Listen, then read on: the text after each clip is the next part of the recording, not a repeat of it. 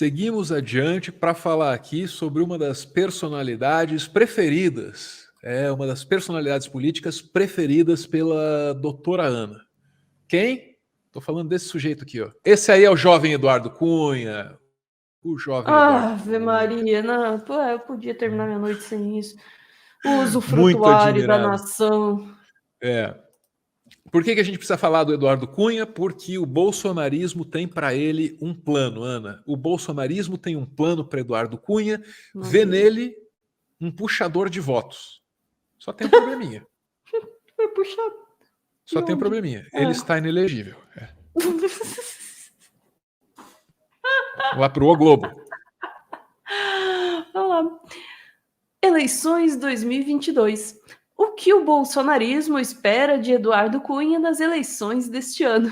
Caso consiga se candidatar, Cunha tem diante de si um segundo desafio projetado por esses aliados, o de se tornar um dos puxadores de voto na nominata de deputados do PTB, principalmente agora que Cristiane Brasil será lançada ao Senado.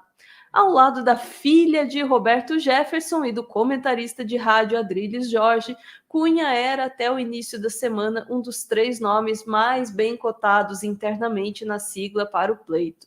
Agora, com a nova empreitada de Cristiane, a lista de promessas se afunilou. E uma eventual ida às urnas se tornou ainda mais relevante para o PTB. Maravilha. Então aí as informações a respeito dos planos bolsonaristas para ele, Eduardo Cunha, aquele que quando foi pego com contas na Suíça disse assim, não sou dono não, hein? Eu sou só o usufrutuário. Muito bem. Por que eles querem esse cara eleito, Ana? No final do texto aí do jornal O Globo, tem uma ideia. Tá aí contigo? Para os bolsonaristas, o ideal seria assistir a essa reprise do velho Cunha, principalmente se ele puder prejudicar a governabilidade de Lula, mesmo sem comandar a Câmara.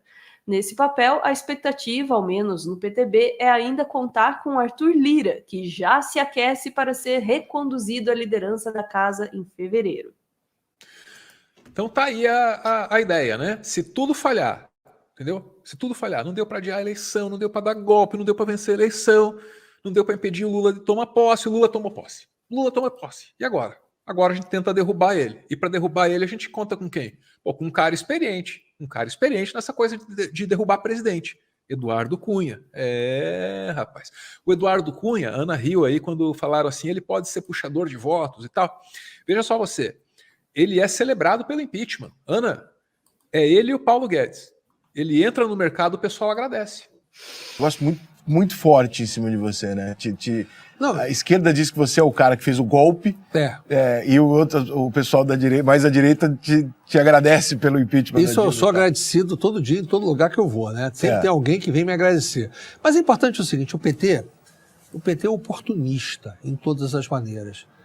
Impeachment nos outros é refresco, neles é golpe. É porque eles tentaram em todo mundo, né? Não, tentaram não, eles fizeram no colo, né? Não, eles tentaram em todos. No meu livro, Rica, que é importante, eu não estou falando isso para fazer propaganda para vender não, porque já vendeu bastante, não é esse o problema.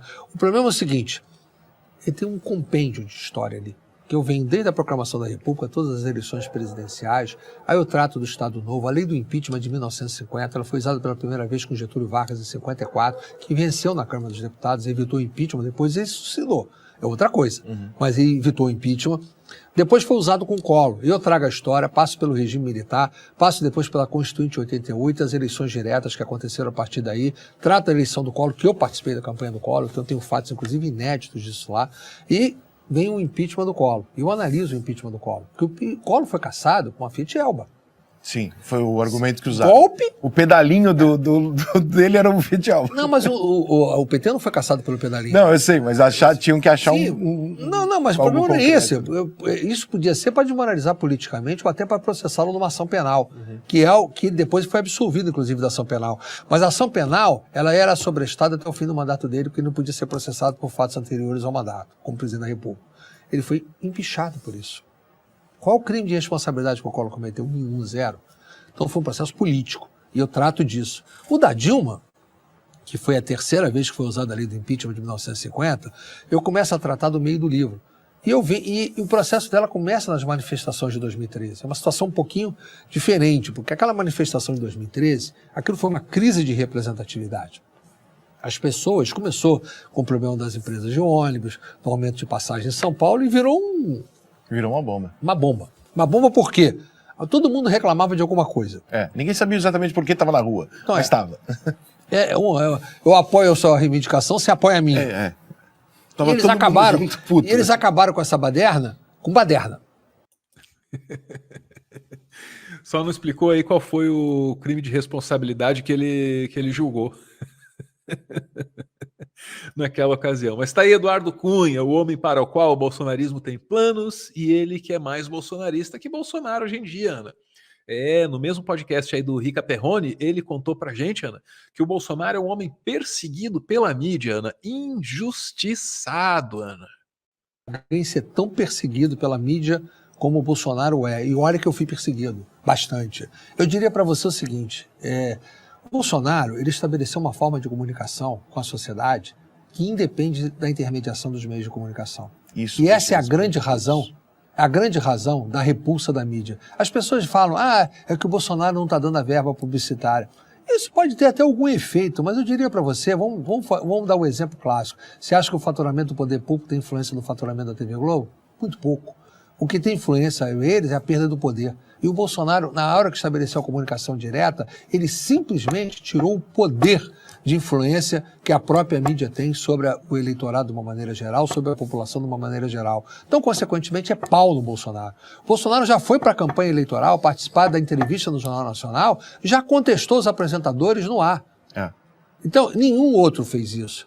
Agora, eu diria para você o seguinte, a mídia foi a grande culpada do seu Sérgio Moro ter conseguido contestar os apresentadores no ar era mostrar o kit gay. Vocês lembram disso?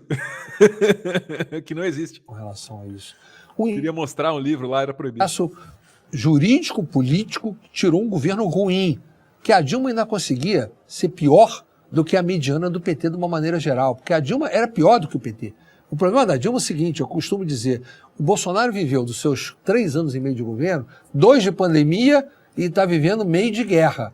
Imagine a Dilma com 2 anos e meio de pandemia e guerra. A Dilma já era uma pandemia, imagine ela com pandemia. Então, ela teria vacinado o que acontece? Pessoas. Bolsonaro é fruto de um processo que eu procuro também, não querendo fazer de novo propaganda, mas eu relato no livro, que é o processo da polarização. A polarização não começou agora.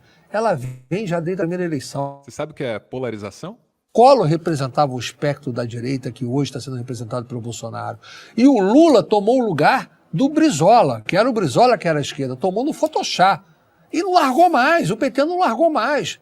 Aí com o Fernando Henrique tomou o lugar do Collor pelo impeachment do Collor, essa que é a verdade, o PSDB tomou, e o Bolsonaro tomou o lugar do PSDB, porque esse processo da Lava Jato, ele acabou com o PSDB naquele momento também. Bom, isso é verdade. O PSDB colheu o que plantou, né? Sobretudo com o Aécio Neves contestando o resultado das eleições. É verdade. O Aécio contestou o resultado das eleições em 2014. Essa contestação é usada como argumento pelo Bolsonaro agora, em sua investida contra as urnas, só que o Aécio levou isso para dentro do partido dele. Quando teve prévias dentro do partido dele, ele também falou, não aceito, e enfraqueceu o partido, assim, muito, muito mesmo. De qualquer forma, urna eletrônica é outro tópico aí do qual tratou o Eduardo Cunha. E veja você, Ana, veja você. Aí ele vai com um pouco de pudor, assim, né? Eu não contesto as urnas, elas me elegeram. Mas no final contesta sim, Ana. Contesta sim, porque ele colou com o Bolsonaro. Eu costumo dizer o seguinte, eu fui eleito 4, 5 vezes nessa urna. Então eu não posso dizer que a urna tem fraude. Mas eu também acho o seguinte... Não é porque não teve, não quer dizer que não possa ter. Porque você tem a sua casa, você fecha a sua casa. Um dia nego arromba. Ela era segura até o dia que arrombaram. Os hackers invadiram o Pentágono, antes era seguro, depois conseguiram invadir.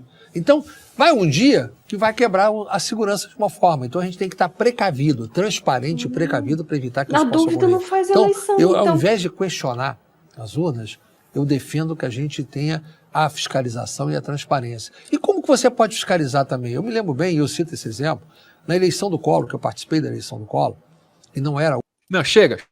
Falou demais o Collor, falou demais o Collor. O que eu tiro desse último trecho aí, Ana, é que ele vai na mesma linha do Bolsonaro. Ele quer fazer o Brasil inteiro acreditar que a urna está conectada na internet. Compara isso com a invasão do Pentágono, por exemplo, né? Bom, a urna não está conectada na internet, então não tem como um hacker na Rússia, no Alasca, em Curitiba, em Rancho Queimado, não tem como um hacker invadir o troço, porque o troço não está na internet, é uma rede privada, O Bolsonaro, quando foi falar lá com os embaixadores, chegou a falar em os dados guardados na nuvem. Tem nuvem porra nenhuma, entendeu, Ana? Tudo isso é enganação, e o Cunha, né, começa ali delicado, não vou contestar a urna, não sei o quê, mas adota o mesmo expediente do Bolsonaro, que é fazer a pessoa acreditar que a urna está conectada na internet. E Helena, ele não é trouxa, ele sabe que isso não é verdade. O Bolsonaro também sabe que isso não é verdade. Mas está aí, Ana, seu querido usufrutuário, entendeu? Tentando voltar para a política. Ana. Só tem um probleminha, né? Tá inelegível. Agora, apoio tem, viu, Ana? Apoio tem, você viu. Meu senhor, este homem é uma barata. Sério, ele é capaz de qualquer coisa, qualquer declaração. Desde não sou dono das contas na Suíça, sou apenas o usufrutuário, até puxar saco do Bolsonaro. E sim, chefinho, as urnas são pouco confiáveis, sim, chefinho, não existe pandemia, sim, chefinho, é capaz de qualquer coisa, hein, Cunha? Qualquer coisa, não há limites, não há... Falta aí sabe? Enfim, vou nem falar. Essa história das urnas... Se ela não vai nem falar, imagina o que ela pensou. Não, acho melhor não lembrar. Ouvir a voz do Bruno, nosso advogado, na minha cabeça. Melhor não, calma.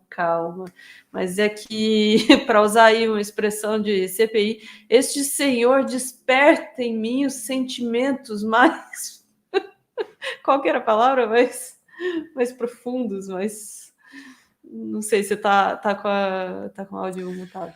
Pô, tô tentando lembrar. A Ana tá fazendo uma referência ao Roberto Jefferson na CPI dos Correios. Inclusive era o Roberto Jefferson. O Roberto Jefferson olha para o José Dirceu e diz: o senhor desperta em mim, lembrei, os instintos mais primitivos. E esse foi o momento mais sexy da história do legislativo brasileiro.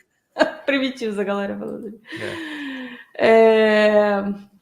É isso, assim, o Cunha tem esse, se ele tem algum poder, é esse, o superpoder do nojo, sabe?